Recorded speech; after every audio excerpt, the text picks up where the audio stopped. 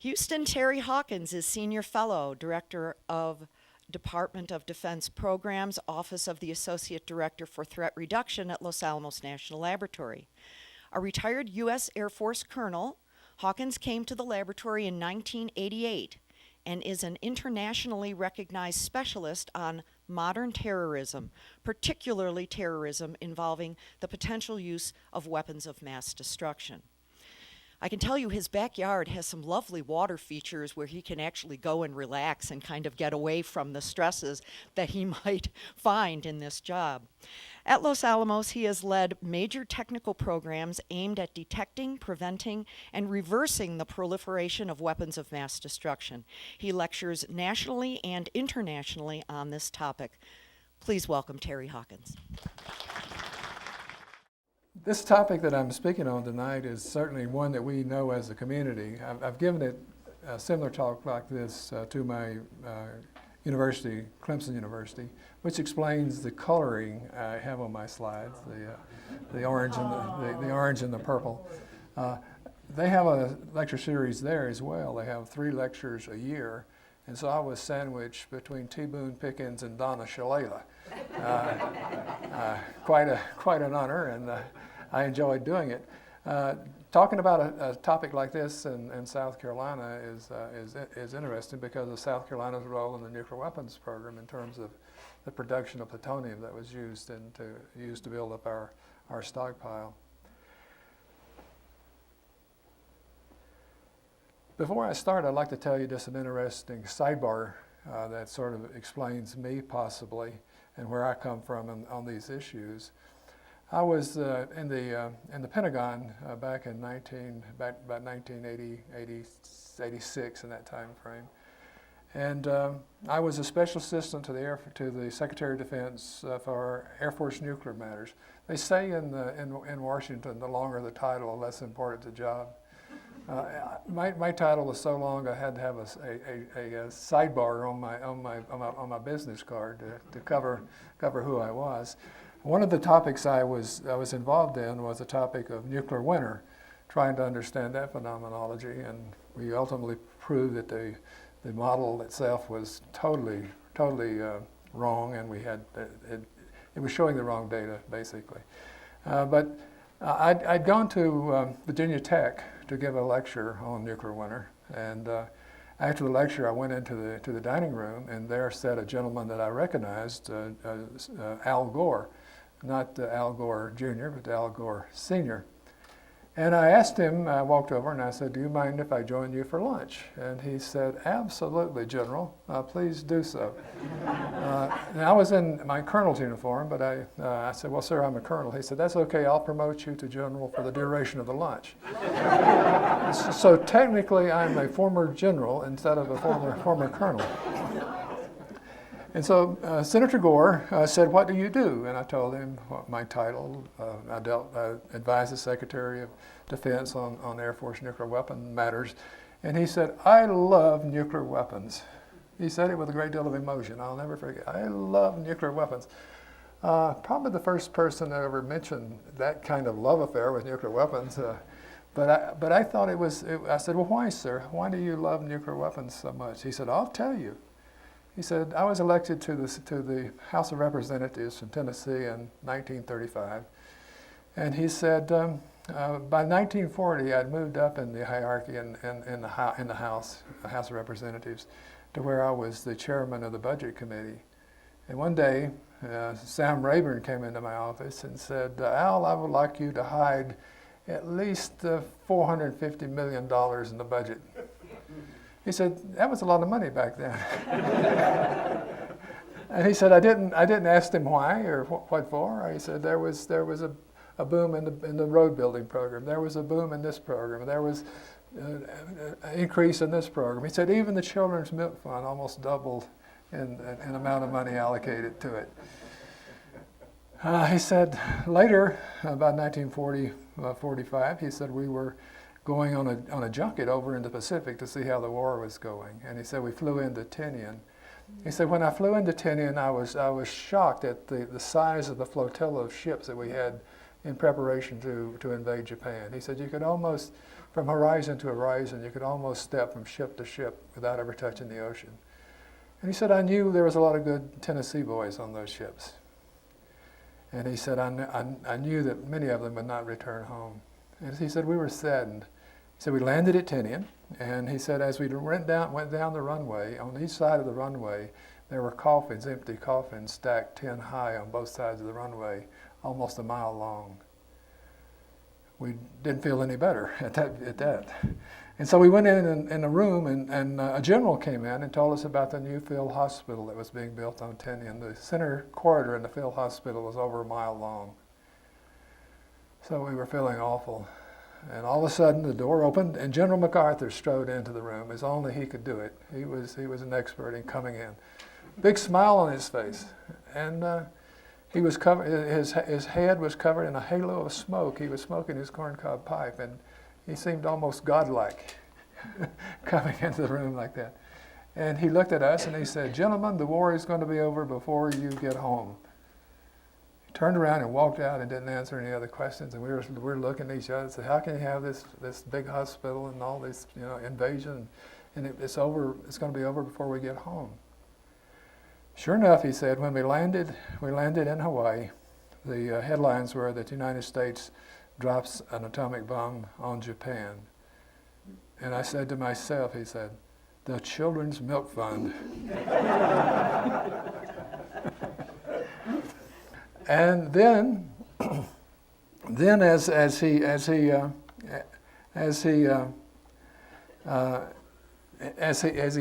said it, and we got back into the States, he said, sure enough, the headlines were that Japan surrenders. He says, that's why I love nuclear weapons.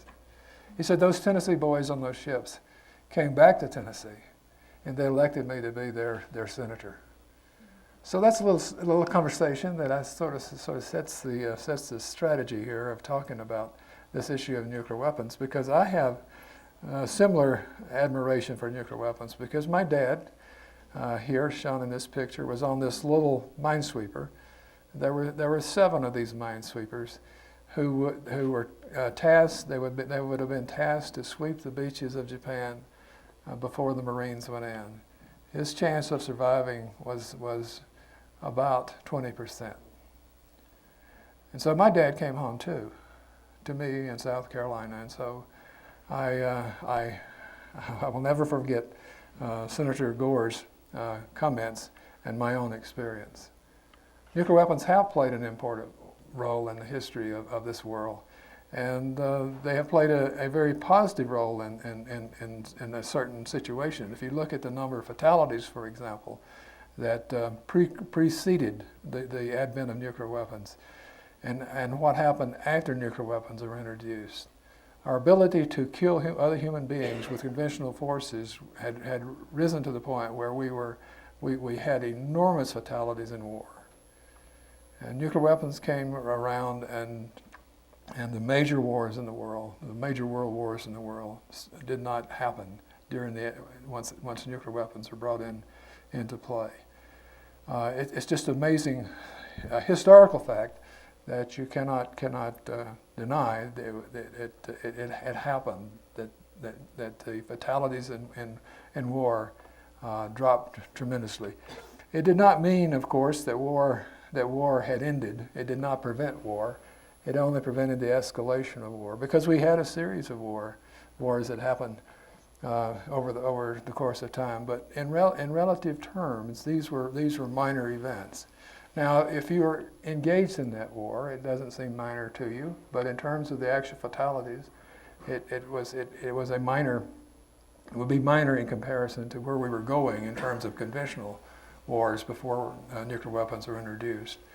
The Battle of Iwo Jima, for example, more people were killed in the Battle of Iwo Jima than were killed in any of the Middle East wars, the totality of the Middle East wars that we're engaged in today. In that one battle, the Battle of Iwo Jima, more Americans were killed there than had been killed in the Iraqi wars, in Afghanistan, and so forth. And it is a phenomena that we need to realize, that nuclear weapons have played this role. They sort of stalemated the Soviet Union until it died from within. That was their role. That it happened that way. That nuclear weapons did stalemate the Soviet Union. If you look how the Soviet Union expanded, for example, during the course of time, every year since 1450, until the advent of atomic weapons, nuclear weapons, in 1945, Russia had annually acquired approximately 13,000 acres of new territory every year for that entire period. When nuclear weapons came on the scene, there was no more acquisition of territory. It's just a fact. It is just a fact of history that we need to look at. Recently, President Obama gave his new policy statement on nuclear weapons. A lot of the statements that he makes are very positive, and I'm not here tonight to question anything about what he's had to say. Certainly, we have probably more weapons than we need. Might need to have fewer. When I was giving this lecture at Clemson, at this point, my cell phone went off as I'm talking about what the president is saying. And I didn't know what to do with my cell phone, which continued to ring. So I finally just put it to my ear and said, "Yes, Mr. President." That seemed to work. The crowd was even more impressed with what I had to say. And then I went on to my next slide. The smaller arsenal envisioned by President Obama possibly could be down to a third of the current level. Is what he's talking about, or about 1,000 weapons. And I say, that said, the purpose of my lecture is not to question those numbers. It's just to point out some facts that we have to consider when we go to lower force levels. Certainly Mr. Putin is thinking about nuclear weapons as well. He did not give a talk about lowering his nuclear arsenal. He only gave a talk about how they have made very significant advances in their nuclear weapons program in Russia. The amount of research that's going on inside Russia in their nuclear arsenal is just incredible. They're conducting nuclear tests. Conducting tests at Novaya Zemlya around the calendar. They used to only test up there in the summer, but now they test in the winter as well. If you look at the number of instrumentation bands at some of these tests, they're larger than they were in the days when they were actually conducting nuclear tests. And so if you look at Russia's program, it's certainly a very vibrant program where they're developing new weapons today that they will be putting in the stockpile tomorrow. That's not true with our situation. So before we go down this road, there's a few things we need to define in terms of the background for negotiations. These are the A through F backgrounders that we need to look at. So let's look at each of those in more detail. Background A, what's going on in the world of nuclear weapons other than in the United States? As I say, in the case of the Russians, they are producing new delivery systems, new warheads. Every sector of weapon technology that you are concerned with, you'll find them active, spending money, doing research, developing weapons, and some of these are very, very impressive. They are not building old designs. They're building new designs to accomplish new purposes. That's what they say. They're not taking designs in the inventory. They're developing new designs to accomplish new purposes, and they talk about some of those purposes. This is their new submarine that they're building. The green there shows the size of a football field. It's a fairly large submarine, about the size of our Ohio-class submarines in terms of length. Our submarines are a little bit more narrow than theirs, but these are big submarines, and they're planning to deploy 8 of these new Bory-class SSBMs, and each Bory will have a new missile suite called the Belua.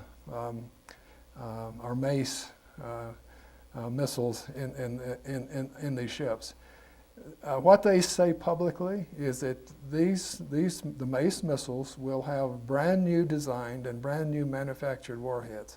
So just in these ships alone, just in these submarines alone, they'll have 768 brand new nuclear weapons, just out of the factory, newly designed and newly built weapons, just in that class of submarines. Mr. Putin himself is very much involved in all of this. This is a recent exercise that happened just about a month ago, where Russia decided they would carry out a strategic exercise. President Putin himself personally oversaw the exercise, participated in it for over a week. He was involved in various aspects. It included all kinds of launches of different things, two ICBMs, two SLBMs, four SRBMs.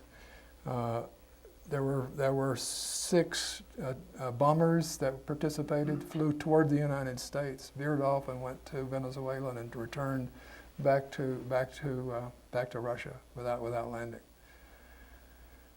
So as I say, the Russians are practicing strategic warfare against the United States. Now this is only practice maneuvers. I'm not saying that they're getting ready to do something, but they are practicing for that eventuality were it to happen. We don't conduct those kinds of exercises anymore of that magnitude. So what we see, as I say, in Russia is this desire to maintain a superiority, their definition of superiority in nuclear weapons. These are things that they are most concerned about. U.S.-NATO installation of ABM systems. They look at the United States, and NATO is projecting force globally. They don't like that too much. They don't like attempts by U.S. and NATO to militarize the Arctic, whatever that means. They don't like Western interference in the Ukraine, and they don't like our prompt strike program, global strike program. So let's look at another example. China. China is certainly involved in modernizing their forces. Everywhere you look in China, from missiles to aircraft to submarines to surface vessels, China is engaged in a major force improvement. You can argue that it's not targeted directly toward the United States, but toward U.S. allies in the area. But China is, as I say, is rapidly building up their forces. If you look at what's happening, there seems to be a reemergence of the old confrontational strategies that we knew during the Cold War. Russia, for example, now flies what we call faker tracks against the United States. They had not done that for 10 years, and now they do it fairly frequently, where they fly bombers against us to see how our defenses respond. Here again, it's something it's of interest.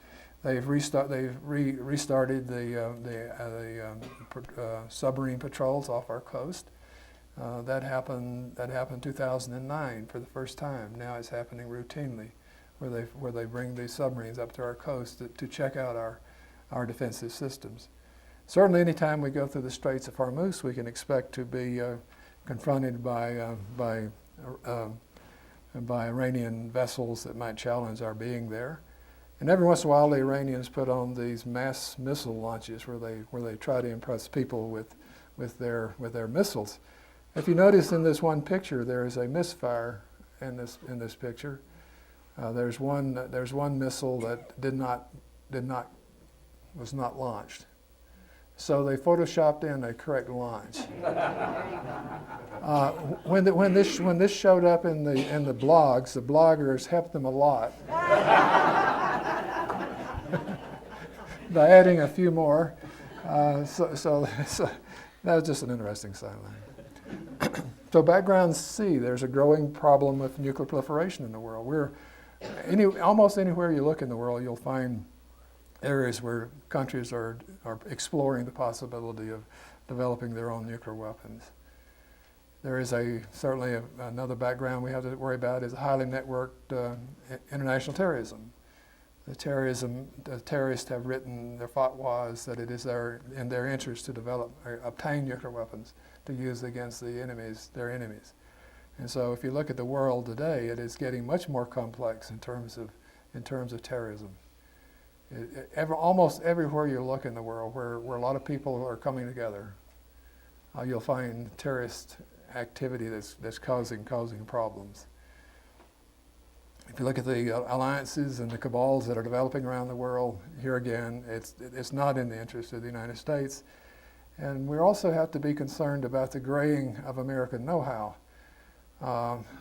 If we look at what we have now deployed in a strategic sense, we have some really, I'll say fairly old weapon systems. The B-52 was developed in 1952.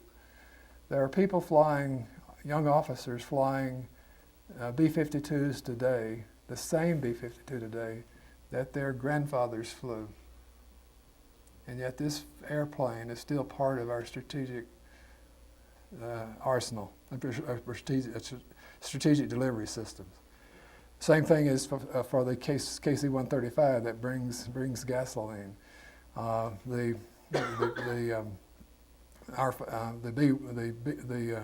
B-61 bomb was developed in 1963.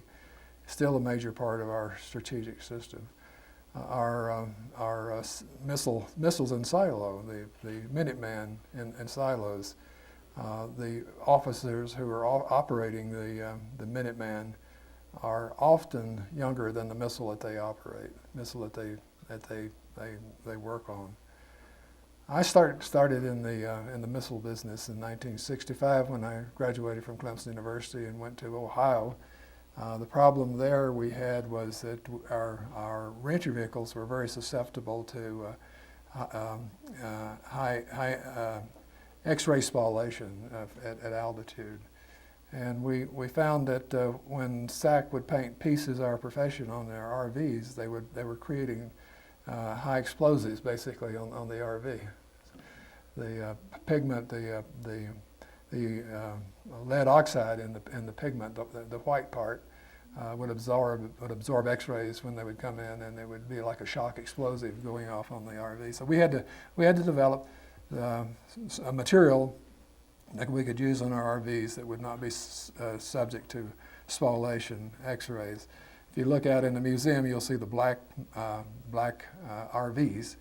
That black material was materials that I helped develop. I was on a team of 8 people that developed the carbon reinforced phenolics. And I developed the nose tip, which was a three-dimensionally woven reinforced nose tip, so you get a reproducible ablation of the nose tip, so you can get very accurate RVs. So that was something that was done in 1963. So it's not saying that new things are not being developed, but a lot of things in our strategic arsenal represent technology that was developed 10, 20, 30 years ago. Unlike what the Russians are doing, which is they're using brand new technology to build brand new systems. A slight difference. So what are 6 problems that we need to avoid when we go into future negotiations or future arms reduction? So these are problems. We have some problems with numbers per se, because we have made some mistake in sizing foreign nuclear arsenals. We sometimes bypass tactical nuclear weapons in negotiations, and certainly there's no difference between a tactical nuclear weapon and a strategic nuclear weapon. It's just the legs that's under it, and you can change it around, and you can turn a tactical system into a strategic. But for some reason, we don't negotiate tactical issues. We probably should. At lower force levels, there might be a perceived inability on the part of our allies that we cannot provide a nuclear umbrella, which would be bad. It would be bad if I lost my voice too, but maybe that works. So let's look at the errors we've made in our underestimation of nuclear weapon arsenals. This is the official chart that we use to tell the world how many nuclear weapons the Russians had. We assessed them to have about 28,000 weapons that they had built. That was the official assessment that came from the intelligence community. I was in DIA at the time, and there was an analyst out here in Los Alamos that worked for DIA at the time. His name is Bob Kelly.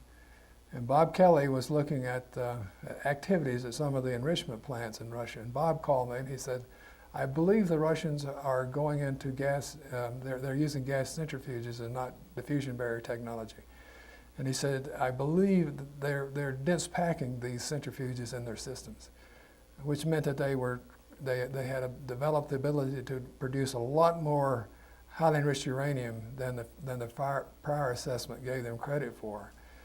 And so we did a recalculation of our estimate of the Russian stockpile using the information from Los Alamos, and we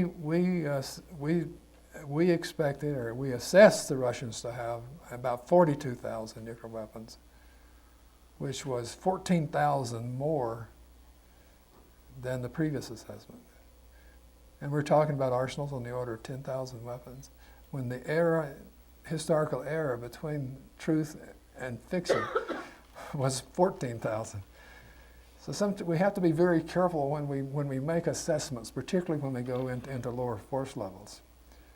All this was predicated, say, on how much highly enriched uranium the Russians had. When the Soviet Union ended and Secretary O'Leary was over talking with Mikhailov on wanting to buy 500 metric tons of highly enriched uranium that they had, Mikhailov's response was, Madam Secretary, what am I going to do with the other 500 metric tons? So Bob Kelly was right. Los Alamos was right in their assessment. And I say sometimes we bypass tactical nuclear weapons, and it doesn't. If you're within range of a tactical nuclear weapon, there is no difference between a tactical nuclear weapon and a strategic nuclear weapon. One major problem that we're already seeing develop in the world is the perceived inability of our allies to believe that we can provide a nuclear umbrella. There was a debate in the Parliament in Australia about 6 months ago, where the Australians were looking at the option of developing their own nuclear weapons, because they were saying that we do not believe necessarily that the United States, at a very low force level, could use those weapons to defend us.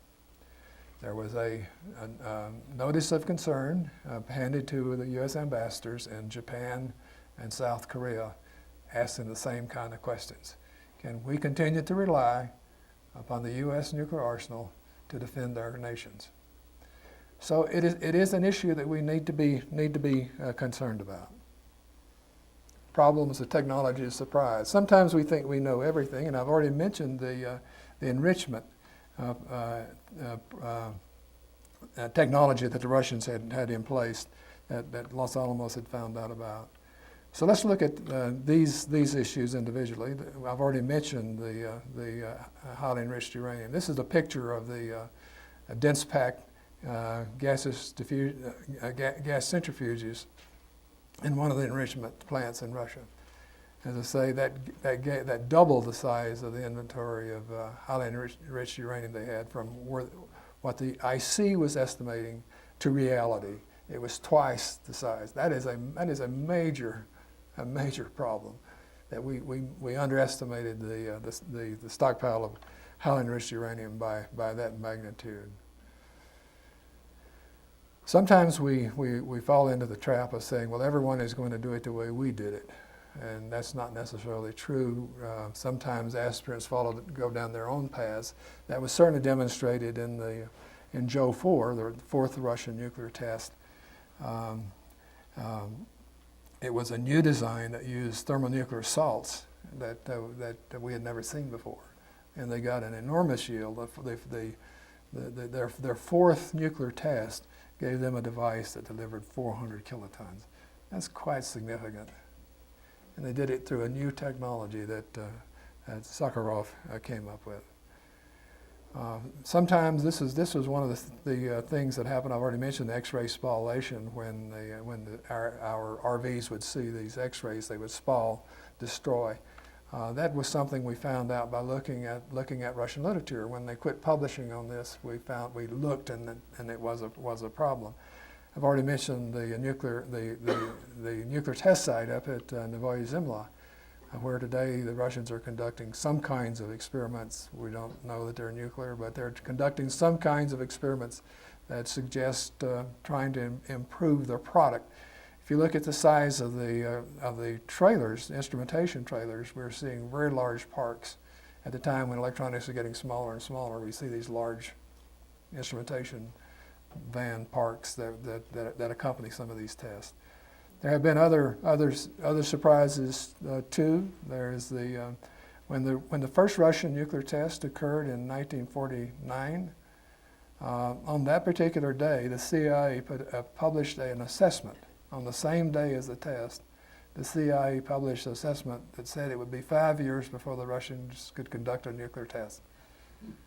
It happened on the same day as the report came out. That was embarrassing. A similar situation exists in the first Chinese test. Glenn Seaborg was head of the AEC at the time, and Glenn Seaborg was listening to the CIA. The CIA said it would be probably this test, the Chinese test, had to be a plutonium design like Trinity, and because the Chinese were incapable of enriching uranium. That was the assessment from the head of the CIA at the time. And so we were running samples of this debris from this test out at McClellan Air Force Base, and we would analyze the debris and make a declaration as to what kind of device it was and so forth. Normally we would make a declaration after about 2 dissolutions.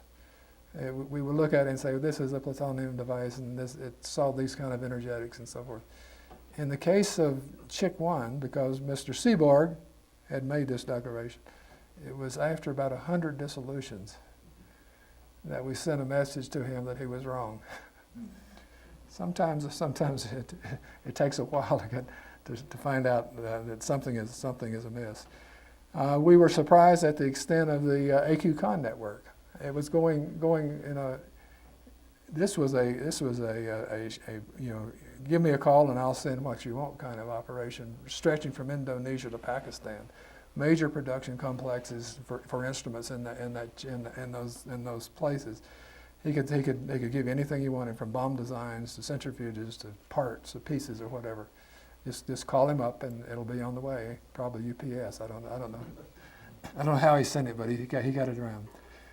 If we look at Iraq, this is an example of making a wrong mistake in the first Iraqi war, when we said the Iraqis were not pursuing a nuclear program. When we got there, lo and behold, they were. We were really surprised. So the next time the IC decided to say, they are not. They do have a nuclear weapons program. And so when we went and we found they did not have one. There was a lot of controversy about those aluminum tubes. This aluminum tube is held by my colleague here, Frank Pavian, on this picture, was the missile that aluminum was being used for. It wasn't being used for centrifuges. At Los Alamos, we did not think it was used for centrifuges because it was anodized inside, and you don't anodize the inside of a centrifuge.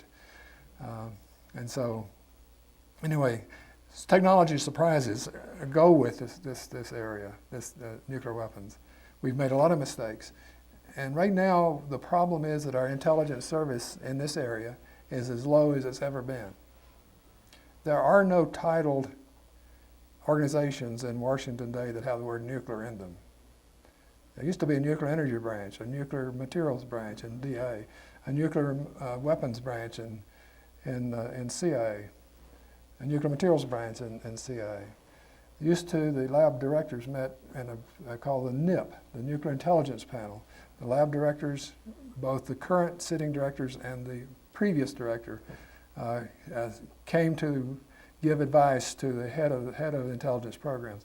That does not exist anymore. Our intelligence apparatus today is weaker in nuclear business than it has ever been in its history.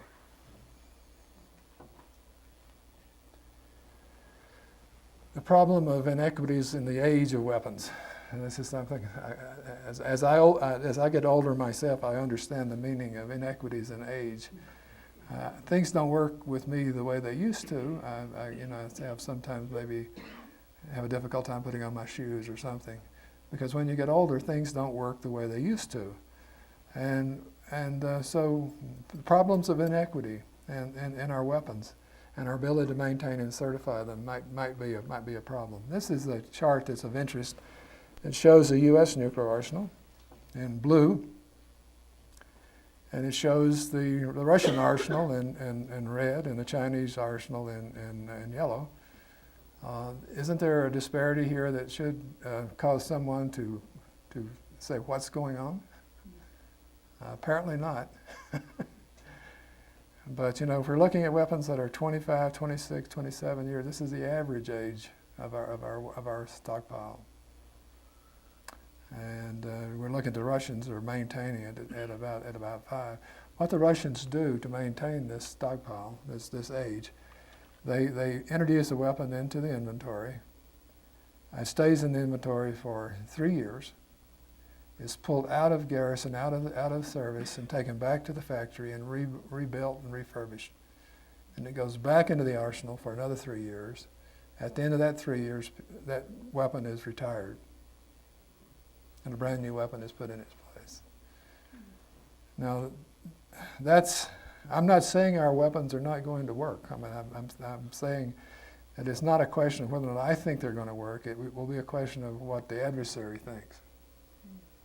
And if the adversary is sitting with brand new weapons, and we're sitting with weapons that are 25 years old, he may conclude that his is better than ours. And in deterrence, that is not where you want to be.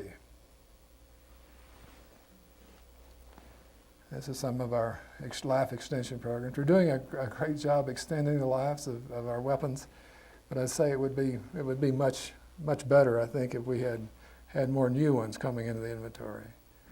Right now, the Russians can produce 1,000 new pits a year, at least. We can do maybe 3 to 5, something like that. And that is a difference that has to be taken into consideration when we're negotiating. You just cannot allow that to stay under the table, hidden from view.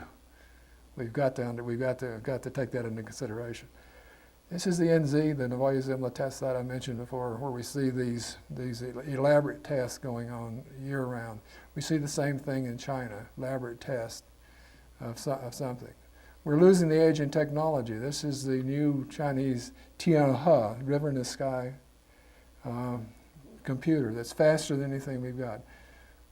I think the assessment is that China will certainly maintain the lead in computing power for the next decade at least, maybe longer than that.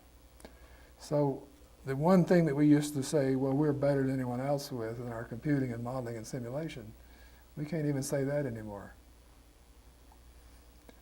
Problem with major differences in production capability. Like I say, we can produce maybe that many weapons a year. Russia can produce 1,000 a year. This is our production plant. Russia has production plants all over the Soviet Union that are capable of producing 1,000 new pits a year, at least 1,000. And I think this is a conservative estimate. It's probably much larger than that. China can produce about 100 a year, and we at Los Alamos can do maybe 5. Somebody's got to consider these things when we're looking at reality. The ability to produce tritium. Russia can produce 10 kilograms of tritium a year. They can produce a lot more than that. China's up to about 1, and we have to get tritium out of weapons that are being retired. That's our principal source of tritium. We also get it from a couple of power reactors in Tennessee, but we don't have a dedicated tritium production program. What about staffing? We're staffing down as fast as we can in the United States. Both China and Russia are staffing up. There's got to be some reason for that we need to consider when we start negotiating. The problem of ancillary dangers during transition, with the end of collaborative programs to secure nuclear material with the Soviet Union, that program has been terminated. We have to start worrying about what if those materials get diverted. This is the problem of diverting special nuclear materials. We had, a very robust program. We ran out of Los Alamos primarily, working with the Russians to take care of these materials, and that program, as I say, has been terminated. There are a bunch of other actors in the world holding a few nuclear weapons. As our arsenals go down, they will find impetus to go higher themselves. So we eventually, down the path we're going now is a path that was that President Kennedy mentioned as the thing that he feared the most when he gave his famous speech in 1963 as the Nuclear Test Ban Treaty was signed. He says, I asked you to stop and think for a moment what it would mean to have nuclear weapons in so many hands, in the hands of countries large and small, stable and unstable, responsible and irresponsible, scattered throughout the world. There would be no rest for anyone then, no stability, no real security, and no chance of effective disarmament. That's a very potent statement that we need to remember today. I think we may have forgotten it at the national level.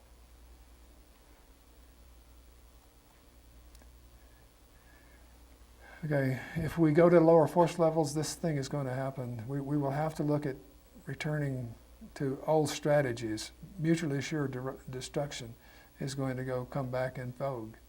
We will not have enough weapons to fight silo wars.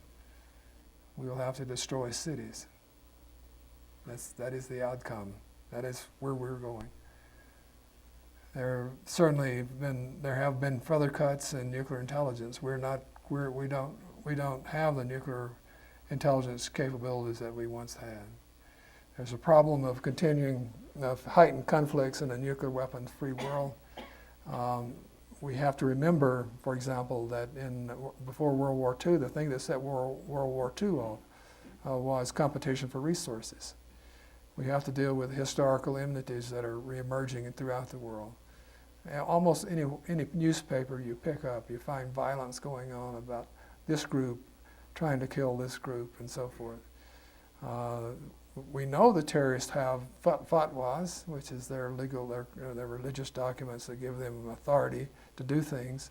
Their fatwas read that we should acquire nuclear weapons to deal with our adversaries. That's official policy of the terrorist groups.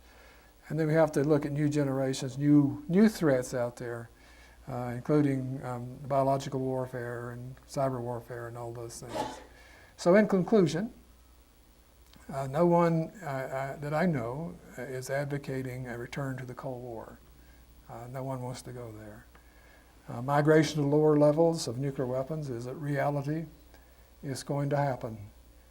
However, in achieving reductions, we cannot afford to move down paths that are not fully mapped. Otherwise, the new world we create may be more unstable and more dangerous than the one we left. When it comes to nuclear weapons, we need to be alert, we need to be agile, or we can never afford to be surprised. Thank you very much.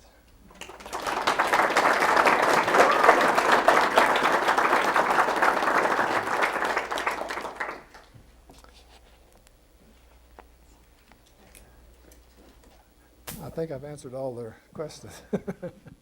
I think you've left some of us speechless. Thank you very much, Terry. Now, so we will take questions from the audience. Be happy to.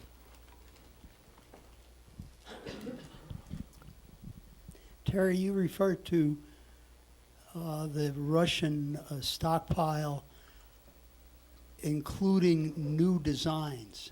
You used that term a couple of times. Since there hasn't been any testing for so long, what exactly do you mean by a new design?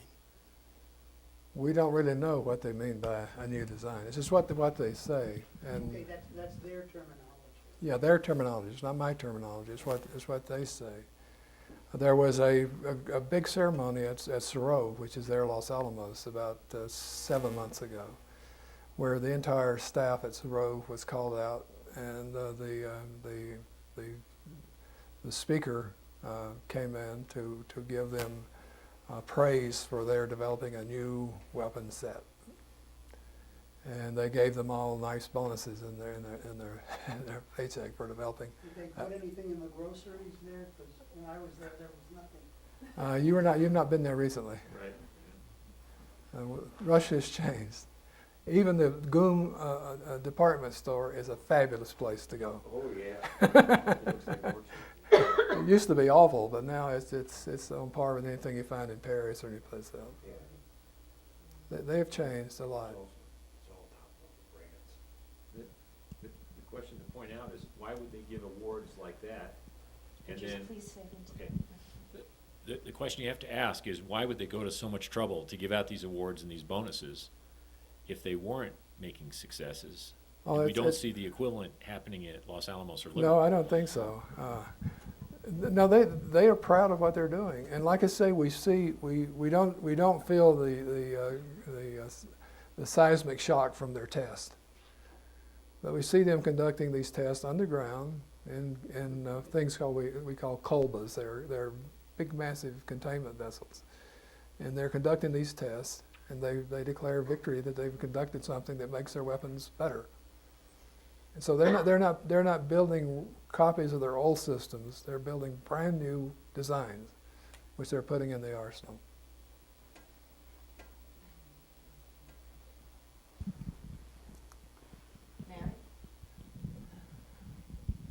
What is your assessment of the educational level of our congressional members as far as this issue? I don't mean their education, I mean how much are they aware of this issue? I'm trying to make them aware. It doesn't seem to be a major item of discussion in Washington today. Our nuclear program is just not. It's not front page news anymore. It's frightening when you realize that the relative what's happening in here and over there. If it was just here, we could deal with it. It's not just here. It's what's happening over there.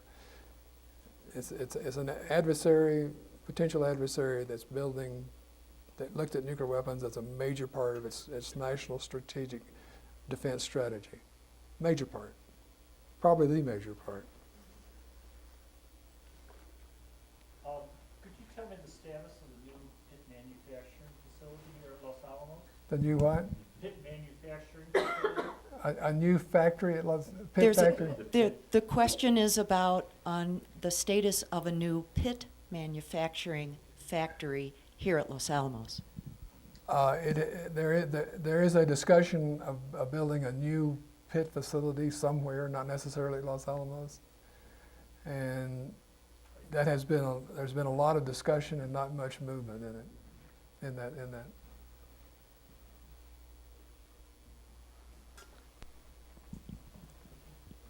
Sorry to ask another one, Terry, but a few years ago, Sam Nunn, Henry Kissinger, George Shultz, and Bill Perry started writing a series of op-ed pieces in the Wall Street Journal claiming the policy they would like to see followed is a zero nuclear weapons on the planet.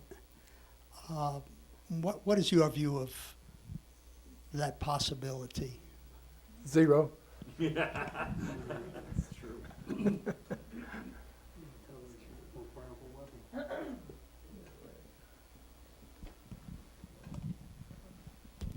I really appreciated your comments and thoughts about the quantity and the quality of nuclear weapons that are around today. But what I can't grasp is the quantity. 24,000 nuclear weapons. I mean, what are they going to do with them all? Where are they going to go? And after 100 get launched, why do they need so many? Or what's the concept behind producing so many?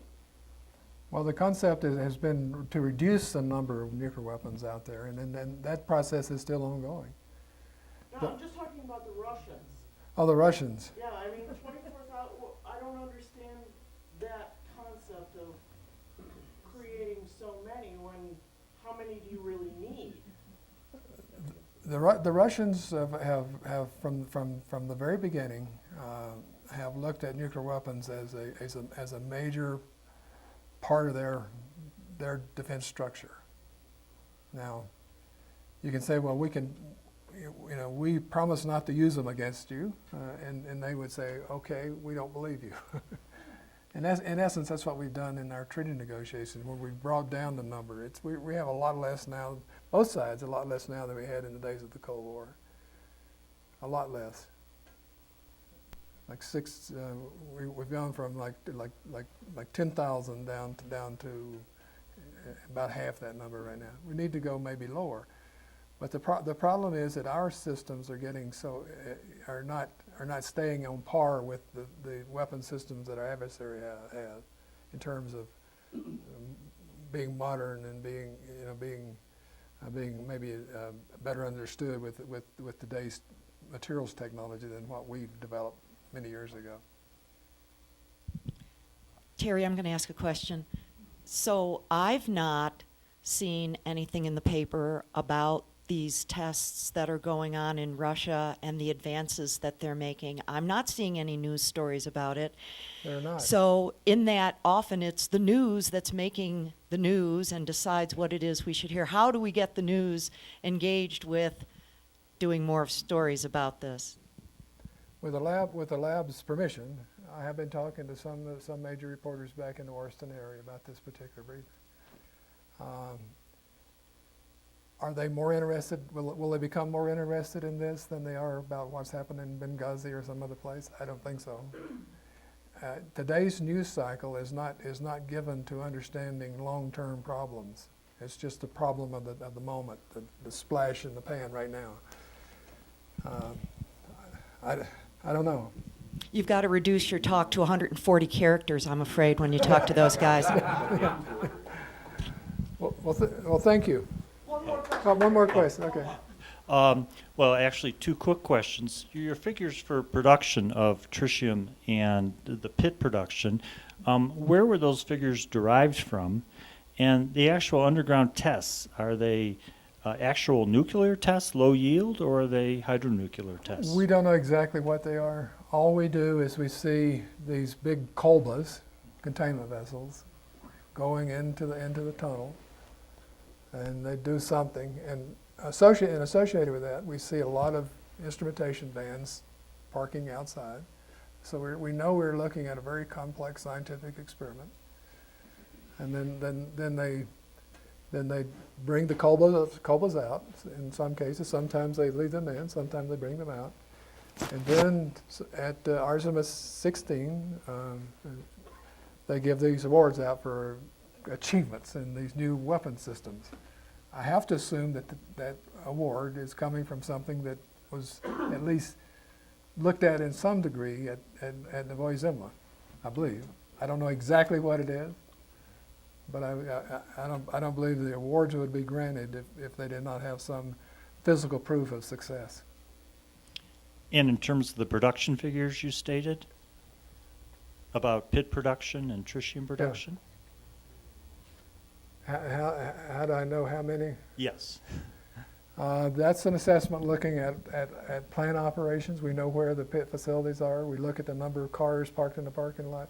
We look at how hot the stacks are, and we make an estimate. And so what we see is a complex that is operating all the time, winter, summer, whatever. And they are not producing ice cream. They are producing something in these plants.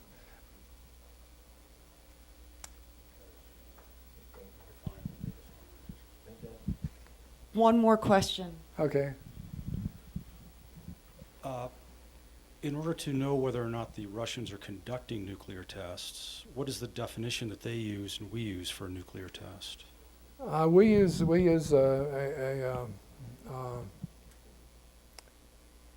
it depends on, our definition of a non-nuclear test is a test that does not deliver nuclear yield, which means if we went through the fission fusion process, it wasn't very far. They have always had a slightly different definition. Exactly what that definition is somewhat ambiguous. They could probably, in their definition, accommodate some nuclear processes that we would not be able to accommodate in ours. So they could do a test for the nuclear yield? Not a nuclear yield by their definition, but by ours. Let's all thank Terry once again. Terry, thank you.